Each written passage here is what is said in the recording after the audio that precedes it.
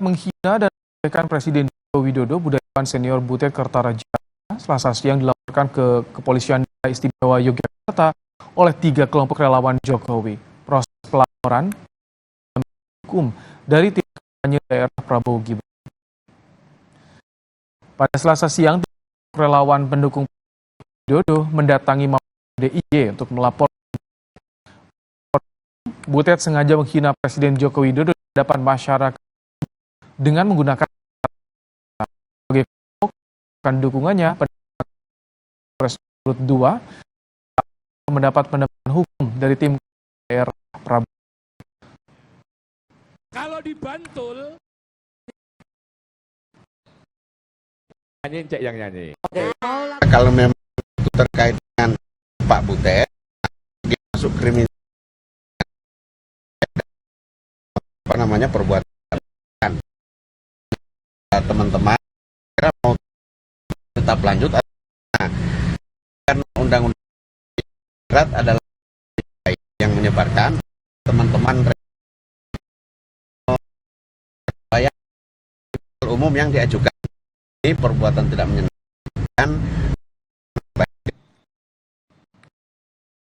Tanah angket koordinator Presiden bilang menerima ujaran hoax sejak lalu.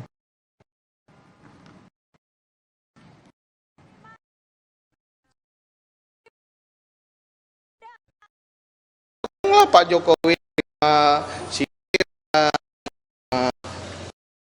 salah dari kan ujaran ke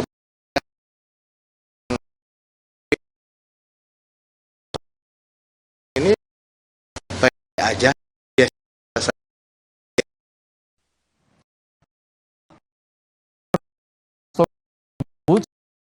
Cara jasa pada cara budayawan itu muncul kemudian menunjukkan calon tertentu.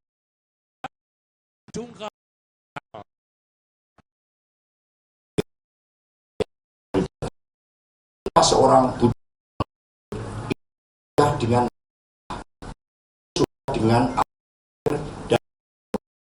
dan yang seharusnya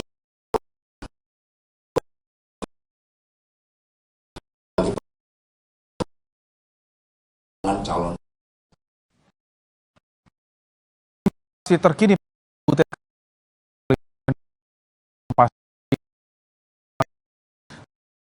bagaimana laporan polisi? Ibrahim dan saat ini laporkan di